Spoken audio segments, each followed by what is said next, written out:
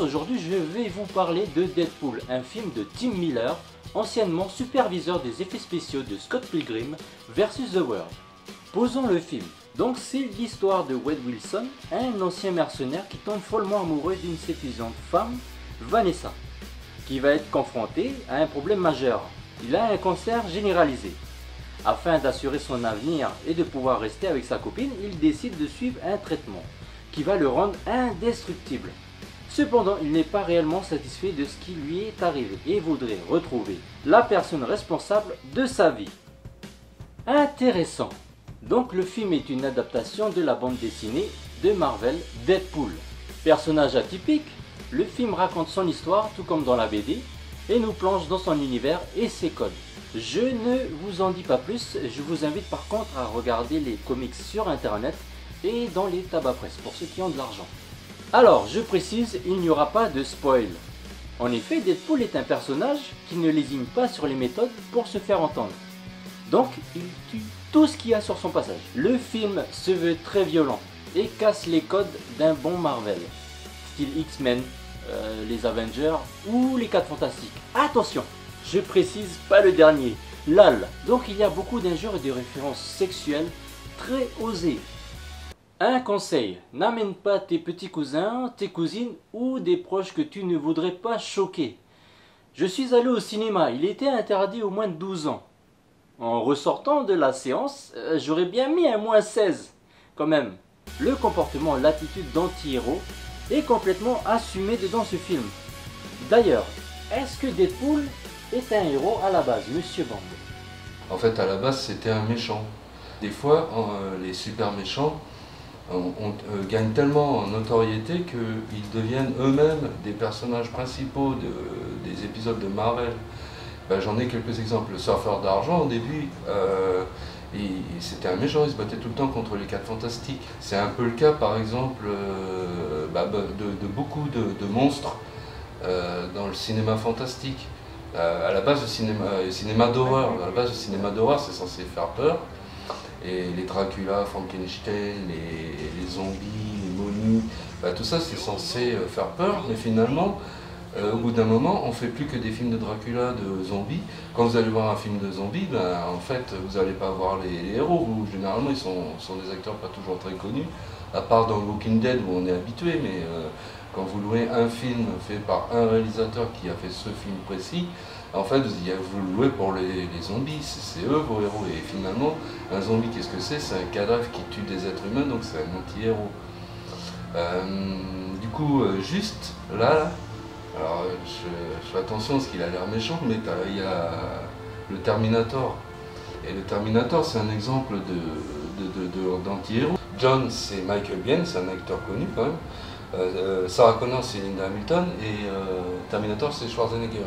Et finalement, qu'est-ce qu'on retient du film? C'est le Terminator, c'est le tueur, c'est un méchant, et finalement, il est devenu héros. Il est tellement devenu héros que finalement, James Cameron a été obligé de modifier le scénario pour faire un scénario un peu différent pour le deuxième Terminator qui est sorti en 1991, et finalement, Schwarzenegger, qui était connu entre-temps, et qui a joué des films où il était des héros, ben, il est devenu plus ou moins un héros dans le Terminator 2.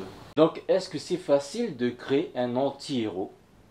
Est-ce qu'un anti-héros à la base c'est pas quelqu'un de normal? Woody Allen par exemple, qui tournait ses premiers films, et il écrivait lui-même les scénarios et il se mettait lui-même en scène. Et en fait il créait des personnages complètement crétins, bourrés de défauts. Et en fait ces personnages joués par Woody Allen font tellement rigoler qu'en fait on les aime. Donc on aime des anti-héros, des mecs bourrés de défauts.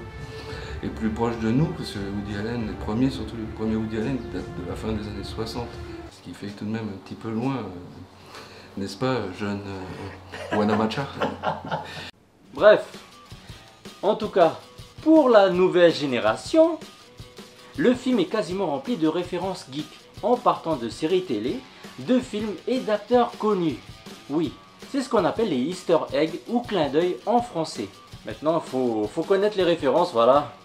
Dynamique est très original avec ce 4e mur que brise Deadpool, dont il n'est pas le seul à le faire.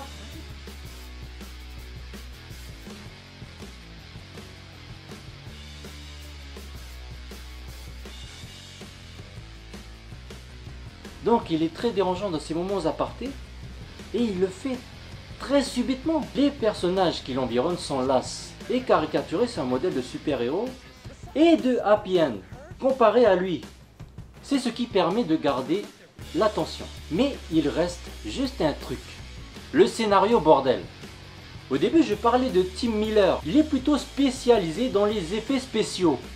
On notera aussi que le budget accordé est à hauteur de 58 millions de dollars et qu'il ne vaut pas un Marvel lambda tel que Ant-Man dernièrement. 130 millions de dollars. C'est un carton. Enfin bref, on essaye d'étoffer le scénario quoi. S'il vous plaît. La communication et le marketing ont été un enjeu majeur pour ce film. Car ça fait depuis 2 semaines que Deadpool est au box-office aux États-Unis. La violence, cet humour noir, ironique et sarcastique place le personnage comme quelqu'un ayant beaucoup de défauts. Et c'est très humain. Ce qui m'a donné envie de voir le film, c'est ce personnage et ce quatrième mur. Car je me sentais mal à l'aise. Car ce procédé est très handicapant et trop libre. Ce procédé a été utilisé bien avant Deadpool. Et pour ma part, ça n'a pas réellement marché. Les codes du cinéma sont très rigoureux. Il faut amuser la personne, transporter la personne dans cette aventure sans s'adresser à elle. C'est ça le challenge. Si vous deviez aller voir le film, je vous conseillerais avant d'aller voir des séries télé,